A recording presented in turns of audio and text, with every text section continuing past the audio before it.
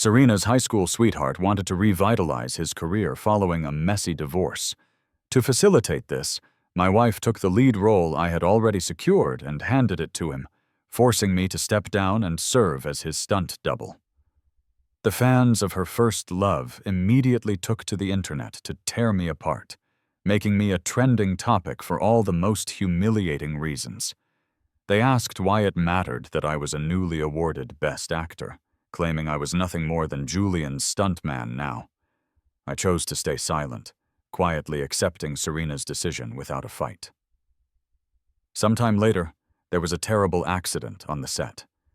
My wife was severely burned while trying to shield Julian's face from the flames. I was absolutely devastated by the news. She held me close, whispering softly to comfort me, saying that it was all right because she was a director, not an actor, and didn't need to rely on her appearance to make a living. I pushed her away, tears streaming down my face, and told her that it was her face I loved. I asked her what I was supposed to do now that she didn't look like herself anymore. When Serena announced that the film was getting a new leading man, I was already strapped into the wire harness, prepared to film a combat sequence. Just as I got into the starting position, the crew lowered me back to the ground. I was confused, unsure of what was going on, but I could feel the strange, pitying glances from everyone around me. An assistant named Chloe ran over to me, looking like she was on the verge of tears, and told me there was bad news. Serena had just announced they were replacing the lead actor. Before I could even process the information, I was pulled into the dressing room where Serena and Julian were waiting. Julian looked exhausted, wearing a casual white suit, his eyes red and swollen. Serena looked at him with absolute sympathy. She didn't waste time on pleasantries. She told me that Julian was divorced and wanted to make a comeback, so she had decided to let him take over my role. It became clear that everything was being orchestrated to clear a path for her first love. Julian's divorce had been a trending topic for days, and Serena hadn't seemed to react at all.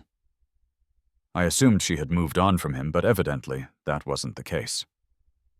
A bitter lump formed in my throat that I couldn't swallow. I sniffled and reminded Serena that I loved this role, that I hadn't taken any other work for months because I was studying the script and training in Kung Fu. Julian suddenly interrupted, asking Serena if there were a lot of fight scenes in the movie.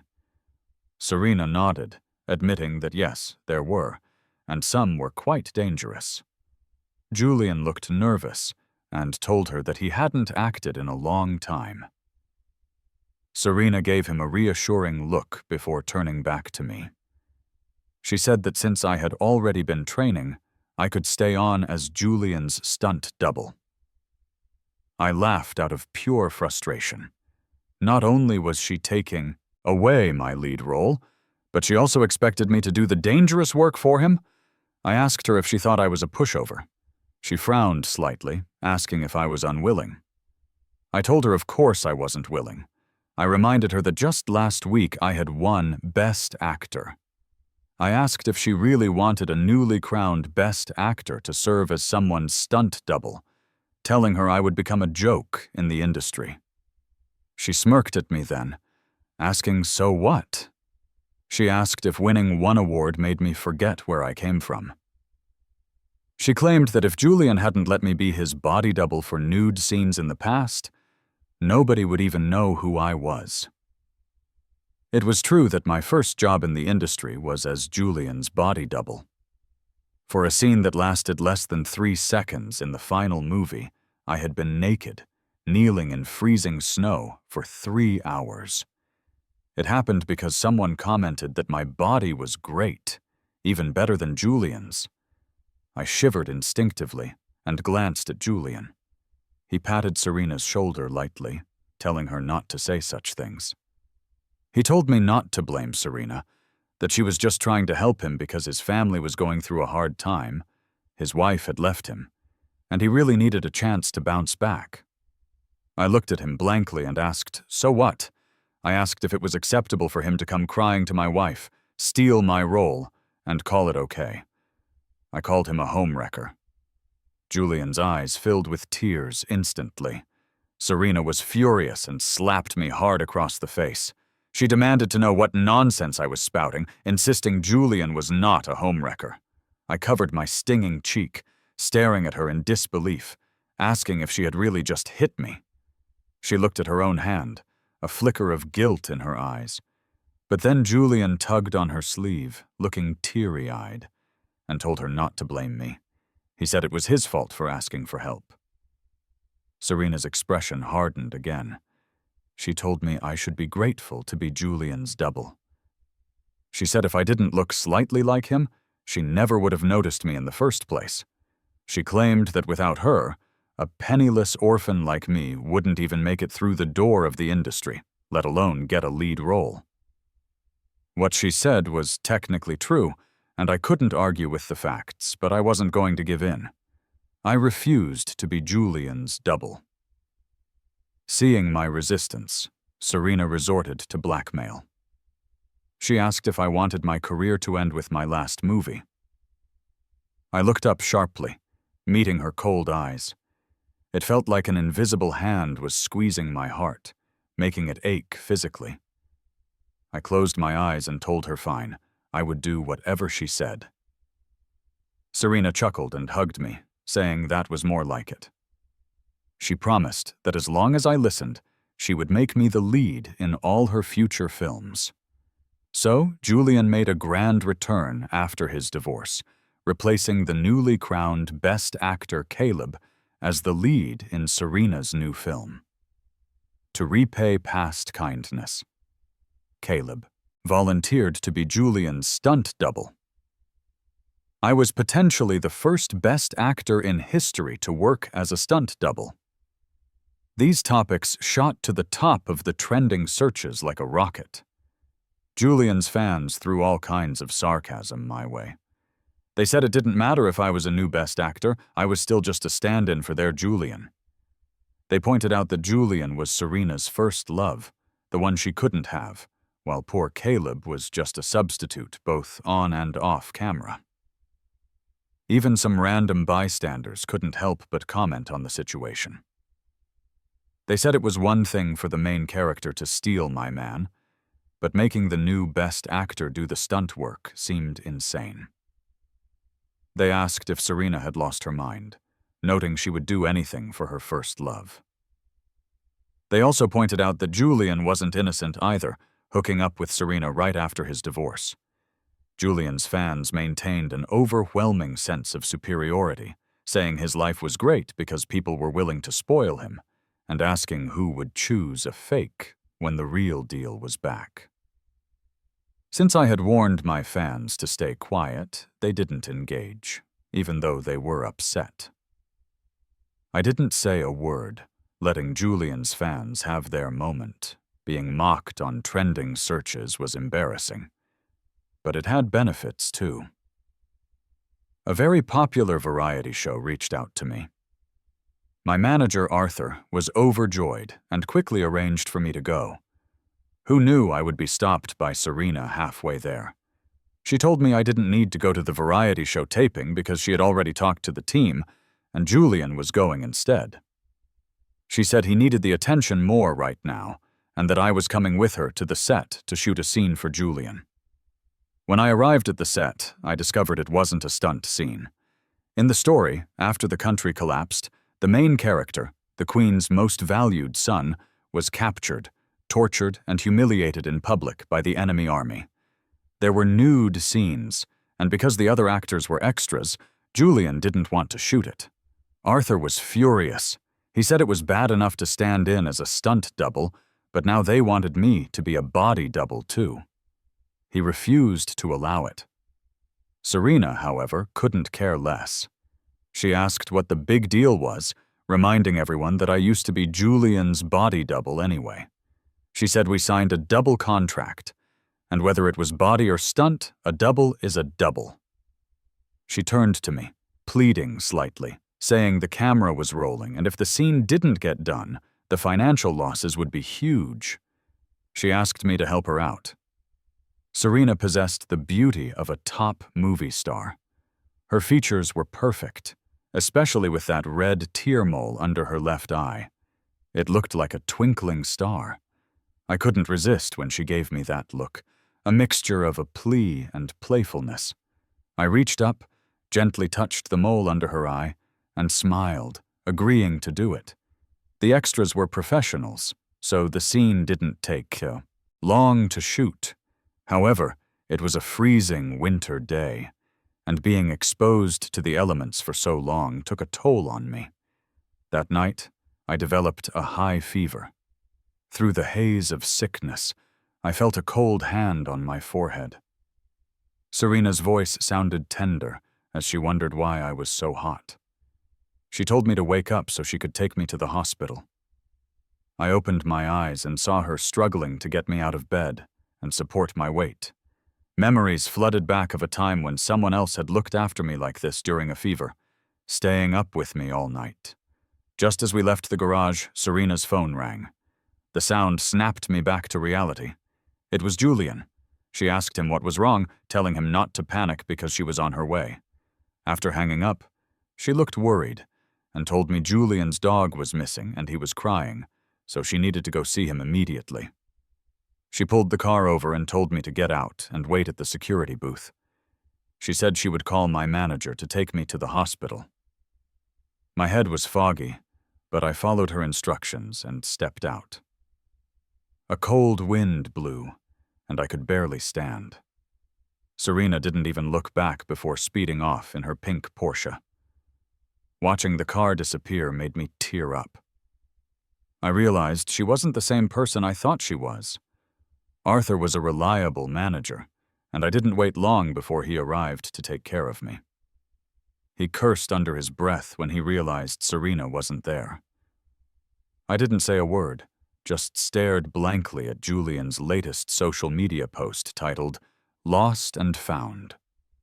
The picture showed a dog held by slender, pale hands. I recognized them immediately as Serena's, seeing a ring identical to mine on her finger. Julian's post trended quickly. People began speculating about the identity of the woman with the wedding ring. Julian eventually replied, telling everyone not to overthink it, that she was just helping him find his dog. Coincidentally, someone posted a photo of me getting an IV in the hospital at the same time. Julian's fans were overjoyed, mocking me by saying Serena would rather find a dog than stay with me at the hospital. They said it was clear who she cared about, calling me a joke and saying I was less important than a dog. I touched my ring, decided to take it off, and tossed it into the trash without a second thought. Serena didn't come home all night. The next day, she sent someone to bring me to the set again, saying I had to shoot a water scene for Julian. I couldn't believe it. I had a fever of 104 degrees the night before, which still hadn't gone down, and now she wanted me in the water. Serena only glanced at the fever patch on my forehead and told me to relax, claiming the water was warm.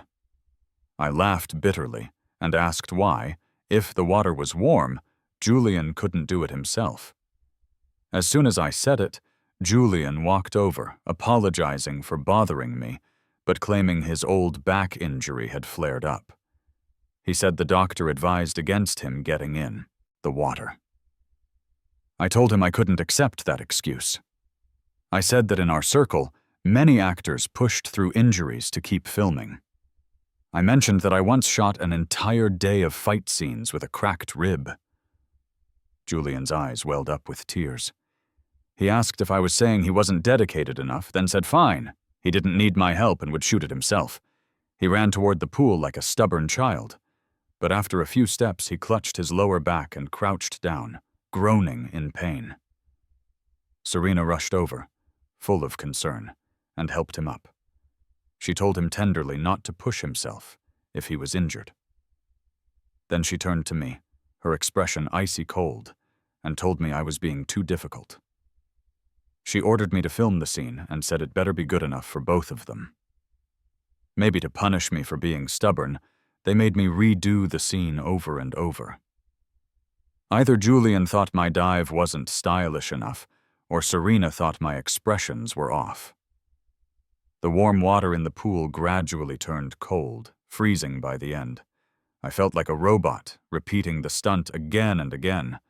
My body grew heavier, and my consciousness faded. Eventually, everything went black, and I passed out completely. When I came to, I was lying in a hospital bed. Someone rushed over, dropping to their knees by the bed and holding me tight. It was Serena. Her eyes were red and panic-stricken, and her voice trembled with tears as she said she was scared to death. When I woke up fully, Arthur and Chloe were there fussing over me along with Serena. Arthur explained that the doctor said I fainted from acute pneumonia caused by being in ice-cold water for too long. Serena was incredibly upset and had cried a lot.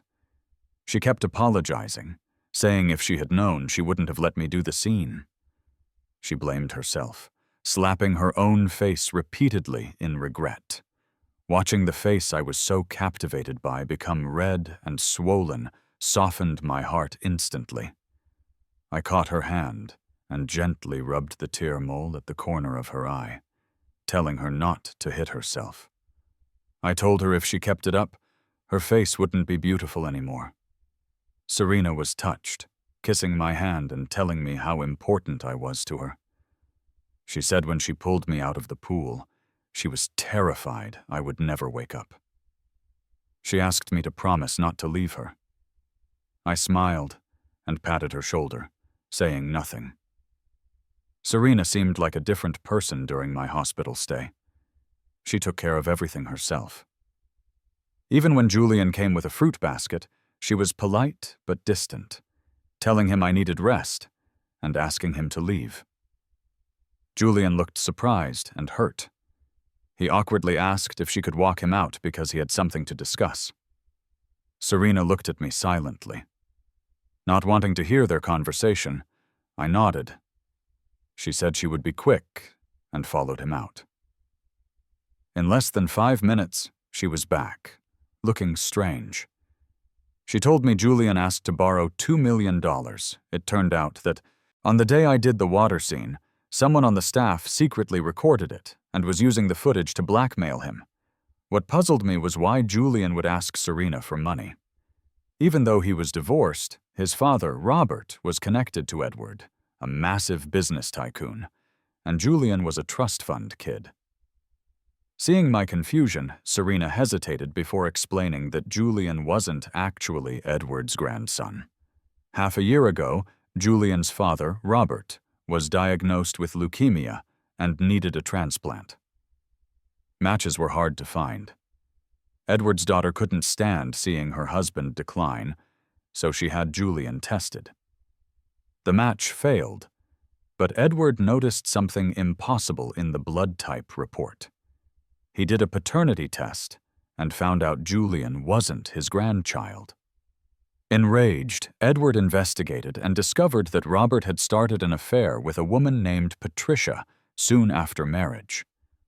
On the day his wife gave birth, Robert swapped the babies. Listening to this, the only thought I had was that reality was more dramatic than fiction. Serena sighed, noting that Julian was dealing with the fallout of the previous generation's drama.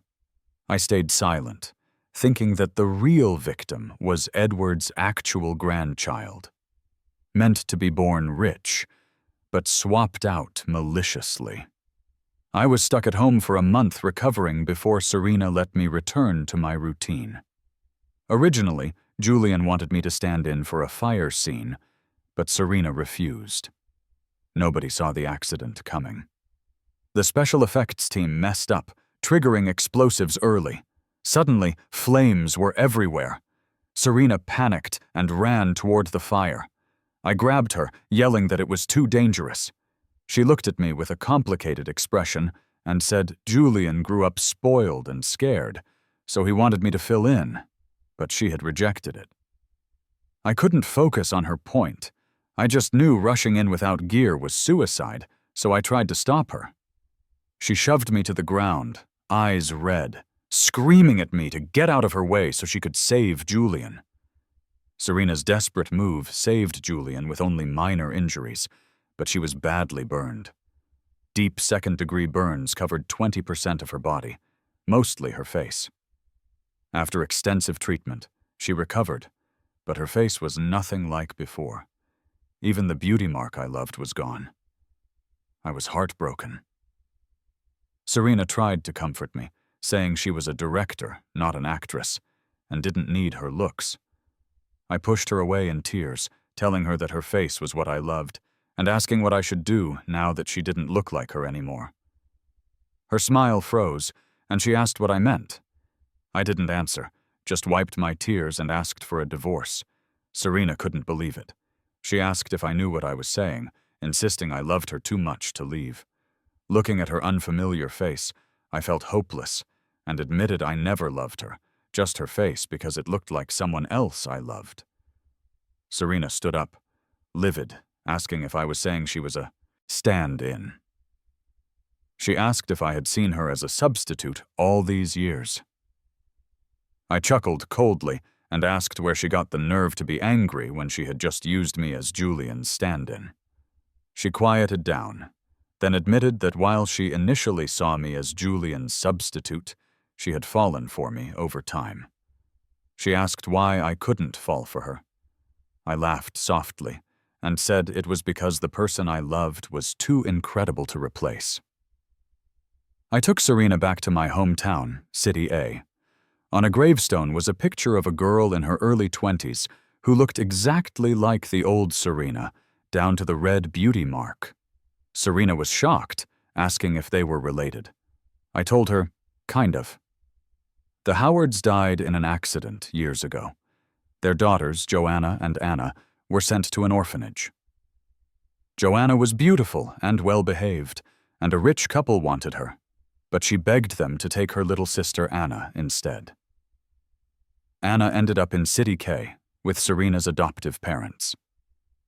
That same day, the family who adopted me returned me to the orphanage because of my heart defect. Joanna poured all her love into me, a sickly child. To pay for my heart surgery, she worked non-stop as an adult. She died on my 18th birthday, hit by a drunk driver while crossing the street. In her final moments, she donated her heart to me. I kept this from Serena. Joanna had promised Serena's parents she would never disrupt their lives. I looked Serena in the eye and lied, saying she and City K were a world apart and couldn't be related, pointing out that lots of people look alike, just like me and Julian. Serena pursed her lips, her eyes filled with determination. She told me she had thought it through and was willing to be a stand-in. I shook my head, telling her she wasn't a stand-in because she didn't remind me of Joanna anymore. Serena started to cry, begging me not to be cruel. She grabbed my hand and noticed I wasn't wearing my ring. I pushed her hand away and told her I took it off the day she left me with a high fever on the roadside to find a dog. I told her she never even noticed, which proved she didn't care about me. Serena burst into tears, apologizing and promising to prove her love. She knelt in front of me, begging me not to leave. She offered to get plastic surgery to look more like Joanna. She offered to throw me a grand wedding. I shook my head and told her I just wanted a divorce because besides her face, nothing about her resembled Joanna. I moved out, and into a small apartment Arthur rented for me. I was surprised when Mr. Edward showed up, but not when he handed me the DNA test confirming I was his grandson. Even though Robert and I looked more like our biological father, Robert, I shared similarities with Edward's daughter, my mother. The reunion was calm. Robert initially didn't want Edward to find me, insisting I was dead, but his worsening condition and fear of death made him talk. On the day I was matched as a donor for Robert, Serena called me to say she was in Country H for surgery to look like Joanna. I tried to stop her, but she hung up. Back at the hospital, my grandfather pulled out a DNA test and revealed to Robert why he and Julian were a mismatch, because Julian wasn't related to him at all. He told Robert he was an idiot for cheating and bringing in a kid to replace his own son. Robert stared at the results, crying. That day, he made his will, leaving everything to me. When the will took effect, I trembled with excitement. I stole a glance at Grandpa, but he showed no emotion. On the day of the transplant, right as Robert was wheeled in, the doctor announced that Jordan, my pseudonym, had been in a severe car accident. A week later, wrapped in bandages, I went with Grandpa to see Robert one last time. He was skeletal. Grandpa whispered to him that the accident was a lie, and that he didn't want his grandson saving a scumbag. He also revealed that Julian was actually Robert's biological son, and the previous DNA test was a fake he had made to test Robert. The machines went crazy as Robert realized the truth. He died shortly after. Grandpa and I hugged, crying, and ordered the plug pulled. When Patricia and Julian arrived, they only saw Robert's urn. The will reading shocked them. Patricia screamed that it was fake. Julian backed her up. Grandpa handed Julian the fake paternity test, telling him he wasn't Robert's son. Julian was crushed and screamed at his mother. Patricia fainted. Following Grandpa's instructions, the scandal was posted online. The internet turned on Patricia and Julian. I trended again, but this time with sympathy. Grandpa's stock prices went up, and he gave me incredible wealth. By the time Serena came back from surgery, Julian had been blacklisted. Grandpa took back everything Robert had given Patricia.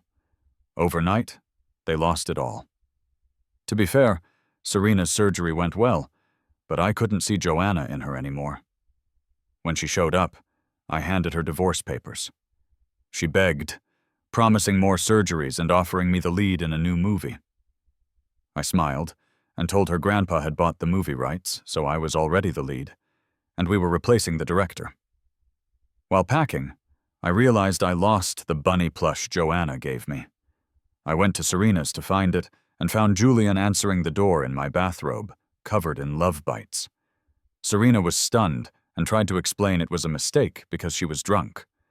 I told her that her version of love was disgusting. Julian looked hurt, and they started arguing. Julian threatened to release photos of them together. I found my plush and left.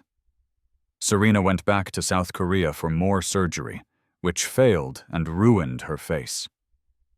Julian didn't care.